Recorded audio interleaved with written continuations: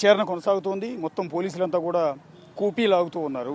So చాలా పెద్ద పెద్ద వాళ్ళ పేర్లన్నీ కూడా బయటకు వచ్చే అవకాశం కనిపిస్తుంది. ప్రస్తుతానికి పోలీసులు వాళ్ళ పేర్లు చెప్పకపోయినప్పటికీ ఇప్పటి వరకు అరెస్ట్ చేసింది కానీ విచారిస్తున్నది కానీ కేవలం పాత్రదారులు మాత్రమే. అసలైన సూత్రధారులు ఎవరు? వీళ్ళందరి చేత ఫోన్ ట్యాపింగ్ చేయించి ప్రతిపక్షాలను బలహీనపరిచేలా, ప్రతిపక్షాల వాళ్ళ వ్యూహాలను ఎప్పటికప్పుడు తెలుసుకుంటూ వాళ్ళు మాట్లాడే మాటలన్నీ వింటూ ఈ కుట్రకు పాల్పడింది ఎవరన్న దాని మీదే ప్రధానంగా ఇన్వెస్టిగేషన్ అంతా సాగుతోంది. తెలంగాణ సర్కార్ అంటే రేవంత్ రెడ్డి సర్కార్ కూడా దీని మీద సీరియస్గా దృష్టి పెట్టింది. ప్రస్తుతం మనం చూస్తున్న విజువల్స్లో ఎదురుగా డోర్ ఏదైతే కనిపిస్తోందో అక్కడే ప్రస్తుతం రాధాకిషన్ రావుని, రిటైర్డ్ పోలీస్ అధికారి రాధాకిషన్ రావుని అందులోనే ఉంచి విచారిస్తూ ఉన్నారు. అట్లాగే ప్రణీత్ రావు డ్రైవర్ని కూడా అక్కడే ఉంచి విచారిస్తున్నారు. వీరితో పాటు సిఐ గట్టుమల్లును కూడా ఇదే గదిలో ముగ్గురిని కూడా ఉంచి విచారిస్తూ ఉన్నారు. సో ఒక ఏదైతే పోలీసు ఉన్నతాధికారి ఎక్కడైతే తాను పనిచేసిన చోటే ఇప్పుడు విచారణ ఎదుర్కొంటూ అదే పోలీసుల ముందు నిందితుడిగా హాజరైన పరిస్థితి మనకి ఇక్కడ కనిపిస్తుంది. సో రాధాకృష్ణరావు బహుశా ఫోన్ ట్యాపింగ్ కేసులో ఇలా ఇరుక్కుపోతానని, ఇలా దొరికిపోయి ఇదే పోలీస్ స్టేషన్లో తాను విచారణకు హాజరు కావాల్సి వస్తుందని బహుశా కల్లో కూడా అనుకుని ఉండడు. ఇప్పుడు కూడా వాస్తవానికి ఫోన్ ట్యాపింగ్ వ్యవహారం ఎప్పుడైతే ప్రభుత్వం మారిందో, రేవంత్ రెడ్డి సర్కార్ ఎప్పుడైతే ఫోన్ ట్యాపింగ్ మీద దృష్టి పెట్టిందో ఆ వెంటనే అసలైన సూత్రధారి ప్రభాకర్ రావు అట్లాగే రాధాకృష్ణరావు వీళ్ళిద్దరు కూడా అమెరికాకి పారిపోయారు. ఎప్పుడైతే పోలీసులు వాళ్ళిద్దరికీ కూడా లుకౌట్ నోటీసులు జారీ చేశారో ఆ దెబ్బతో రాధాకృష్ణరావు ప్రస్తుతం నిన్న సాయంత్రం హడావిడిగా అమెరికా నుంచి హైదరాబాద్కి చేరుకున్నట్టుగా తెలుస్తోంది. స్వయంగా పోలీసులు ముందుకు వచ్చి విచారణకు అటెండ్ అయినట్టుగా తెలుస్తుంది. ఇక రావాల్సింది ప్రభాకర్ రావు. సో ప్రభాకర్ రావు ఇప్పటికే క్యాన్సర్ ట్రీట్మెంట్ చేసుకుంటున్నారు కాబట్టి ఇంకొక 2 నెలల సమయం కావాలని అడిగినట్టుగా తెలుస్తుంది. లేదా పోలీసులు ఖచ్చితంగా రావాల్సిందే అంటే ప్రభాకర్ రావు కూడా ఈ వారం 10 రోజుల్లోనే ఇక్కడ విచారణకు అటెండ్ కావాల్సి ఉంటుంది. వీరితో పాటు ఇంకో ఆసక్తికరమైన పేరు కూడా బయటకు వచ్చింది. అది సందీప్ రావు పోలీసు డిపార్ట్మెంట్కి సంబంధించిన వ్యక్తి కాదు.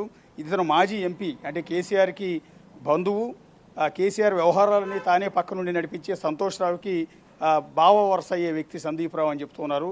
సో అతని ఇన్వాల్వ్మెంట్ కూడా ఫోన్ ట్యాపింగ్లో ఉందన్న విషయంతో అతనికి కూడా నోటీసులు ఇచ్చి పిలిపించారు. సో అతను కూడా ప్రస్తుతం ఇక్కడే ఉన్నట్టుగా కొంత సమాచారం అయితే తెలుస్తుంది. పూర్తి స్థాయి కన్ఫర్మేషన్ అయితే లేదు కానీ సంతోష్ రావుకి స్వయానా బావ అయిన సందీప్ రావుని కూడా ప్రస్తుతం పిలిపించి మాట్లాడుతున్నట్టుగా తెలుస్తుంది. అయితే ఇటు రాధాకృష్ణరావుని, సందీప్ రావుని, ప్రణీత్ రావు డైరెక్టర్ని, అట్లాగే ఆ గట్టుమల్లుని అందరినీ ఒకే చోట ఇదే గదిలో పెట్టి విచారిస్తున్నారా లేకపోతే వేరువేరుగా విచారిస్తున్నారా అన్న దాని మీద ఇంకా క్లారిటీ అయితే రావాల్సి ఉంటుంది. దాదాపు 2 గంటలకు పైగా రాధాకృష్ణరావు అమెరికా నుంచి వచ్చిన వెంటనే నేరుగా ఇదే పోలీస్ స్టేషన్కి వచ్చినట్టుగా తెలుస్తోంది. వచ్చిన వెంటనే ఆయన విచారణ డీసీపీ విజయ్ కుమార్ ఆధ్వర్యంలో ఆయన విచారిస్తున్నట్టుగా తెలుస్తుంది. డివైజులు ఎక్కడ కొన్నారు, ఎంతమంది ఫోన్లు ట్యాప్ చేశారు, ఎక్కడెక్కడ డివైజులు పెట్టారు, ఎక్కడెక్కడ సర్వర్లు ఏర్పాటు చేశారు, ఎక్కడెక్కడ వార్ రూములు ఏర్పాటు చేశారు, ఏ పర్పస్ల కోసం ఈ ఫోన్ ట్యాపింగ్ చేయాల్సి వచ్చింది.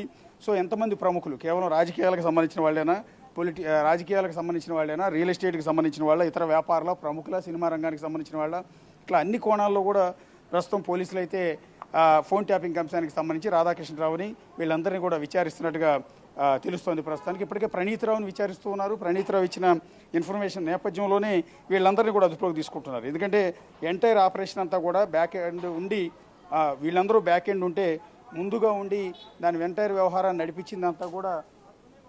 నడిపించిందంతా కూడా ప్రణీత్ రావు. సో ప్రణీత్ రావుని విచారించినప్పుడు కస్టడీకి తీసుకుని విచారించిన సందర్భంలో వీళ్ళందరూ పేర్లు బయటపెట్టడం, ఆ తర్వాత అసలైన వ్యవహారానికి సంబంధించిన ఈ అంశాలన్నీ కూడా బయటికి రావడం జరిగింది. ప్రస్తుతం 270 కోట్లతో ఇజ్రాయెల్ నుంచి ఇల్లీగల్గా ఈ ఫోన్ ట్యాపింగ్ ఎక్విప్మెంట్స్ అన్ని కూడా కొనుగోలు చేశారు.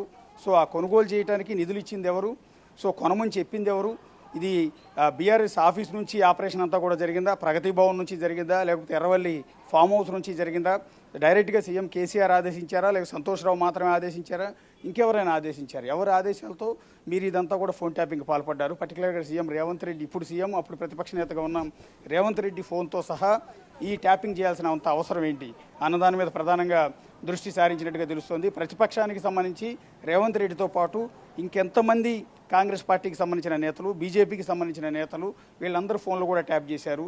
అదే క్రమంలో సీఎం రేవంత్ రెడ్డితో పాటు మరికొంతమంది ప్రముఖుల ఇళ్ల దగ్గర కూడా డివైజులను ఏర్పాటు చేసినట్టుగా తెలుస్తోంది. వాళ్ళ ఇంట్లోంచి ఎవరితో ఫోన్లో మాట్లాడి అన్ని ఫోన్లు కూడా ట్యాప్ చేసే విధంగా ఆ ఎక్విప్మెంట్స్ అన్నింటిని కూడా, అత్యాధునిక ఎక్విప్మెంట్స్ అన్నింటిని కూడా తెప్పించి ఇక్కడ వినియోగించినట్టుగా తెలుస్తుంది. సో అంతా ఇల్లీగల్గా అవతల వాళ్ళ ప్రైవసీతో ఆటాడుకుంటూ ఒక నేరానికి ప్రోత్సహించిన వాళ్ళు, నేరం చేసిన వాళ్ళు అందరూ కూడా ప్రస్తుతం ఫోన్ ట్యాపింగ్ వ్యవహారంలో చిక్కుకున్నారు. అందరినీ కూడా పోలీసులు ఏ ఒక్కరిని కూడా వదిలిపెట్టే అవకాశం ప్రస్తుతం అయితే మనకు కనిపించడం లేదు. ఇప్పుడు రాధాకృష్ణరావు వచ్చాడు, రేపు పొద్దున ప్రభాకర్ రావు వస్తాడు, ప్రభాకర్ రావు తర్వాత సంతోష్ రావు కూడా వచ్చే అవకాశం ఉంటుంది, లేకపోతే ఇంకా పెద్దలు ఎవరైనా ఉంటే వాళ్ళందరూ కూడా వచ్చే అవకాశం ఉంటుంది. పీఠం కదులుతోంది, ఒక్కొక్కటిగా ఎక్కడెక్కడ ఉన్న వాళ్ళందరూ కూడా పట్టుకొచ్చే అవకాశాలు అయితే చాలా స్పష్టంగా కనిపిస్తుంది. రేవంత్ రెడ్డి సర్కార్ అయితే ఫోన్ ట్యాపింగ్ మీద వెరీ సీరియస్గా, చాలా సీరియస్గా ఉంది. దాదాపు ఇప్పుడు మీరు కూడా చూడొచ్చు, ఇందాక నేను చెప్పినట్టుగా రాధాకృష్ణరావు ఇదే హైదరాబాద్లో పోలీసు ఉన్నతాధికారిగా విధులు నిర్వహించారు. ఆయన పరిధిలో అనేక పోలీస్ స్టేషన్లు ఉన్నాయి. అలాంటి పరిస్థితుల్లో ఒక పోలీస్ స్టేషన్లో ఇవాళ విచారణకు వచ్చి అదే పోలీసుల ముందు తలంచుకుని వాళ్ళు అడుగుతున్న ప్రశ్నలన్నింటికీ కూడా సమాధానం చెప్పాల్సిన దీనమైన పరిస్థితి ఆయన ఎదుర్కోవాల్సి వస్తుంది. ఆయన ఫోన్ ట్యాపింగ్ వ్యవహారంలో ప్రస్తుతం వాళ్ళు అంతకుముందు ప్రభుత్వంలో ఉన్న పెద్దలు ఇచ్చిన ఆదేశాలతో ఆయన ఫోన్ ట్యాపింగ్ పాల్పడి ఇప్పుడు నిందితుడిగా వచ్చి అదే పోలీసుల ముందు తలదించుకుని విచారణకు హాజరు కావాల్సిన పరిస్థితి కనిపిస్తుంది. సో ప్రభాకర్ రావు ఎప్పుడు వస్తారు, ప్రభాకర్ రావుని ఎప్పుడు విచారిస్తారు, ఇంకేం జరగబోతోంది, ఇంకా అప్డేట్స్ ఇప్పుడు రాధాకృష్ణరావుని ఇంకెంతసేపు విచారిస్తారు, సందీప్ రావు లోపల ఉన్నాడా లేదా, ఈ అప్డేట్స్ అన్నీ కూడా మరి కాసేపులో రాబోతున్నాయి.